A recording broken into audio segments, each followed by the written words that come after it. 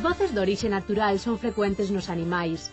Un exemplo ben coñecido é o nome do paspallás, que é unha ave que canta paspallás, do pimpín que canta pimpín, ou da rula que canta ru, ru.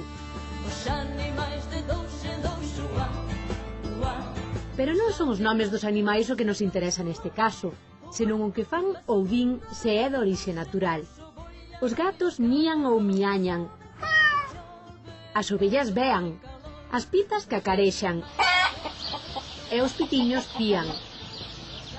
Os porcos teñen varias voces, de pequeniños cuíncan, cuínchan ou currinchan, por iso se chaman ranchiños.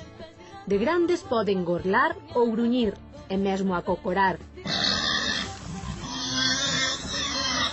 Os cabalos fan un ruído diferente do dos porcos, pero ao reproducilo con fonemas da linguaxe humana dan unha palabra parecida, pois dise que griñen ou griñoan.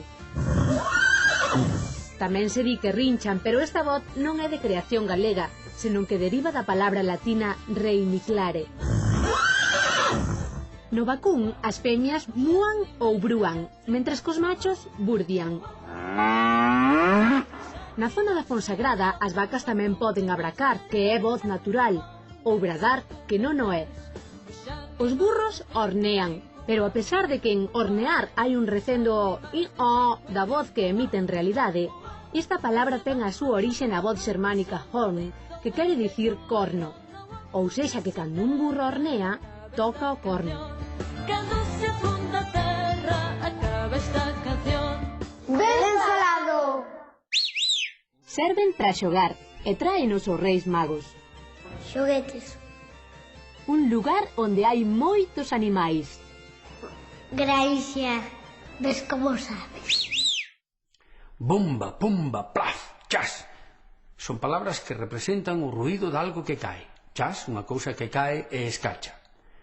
Para reproducir o ruído que fai moita xente ou un motor temos a palabra run run. Para a risa temos jeje ou jaja. Para os espirros temos achín, achín. E para a tose, Rosalía de Castro utilizaba quenja, quenja. Para chamar por alguén, decimos ch, ch. Lembren aquela cantiga. Fun e peteiche na porta, non me quixeches abrir.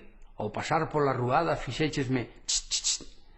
Estas palabras que representan sons e que ao mesmo tempo reproducen ese son, os lingüistas chamanlle onomatopeas. E, dende logo, os que as inventaron eran xente de oído ben fino. Abur.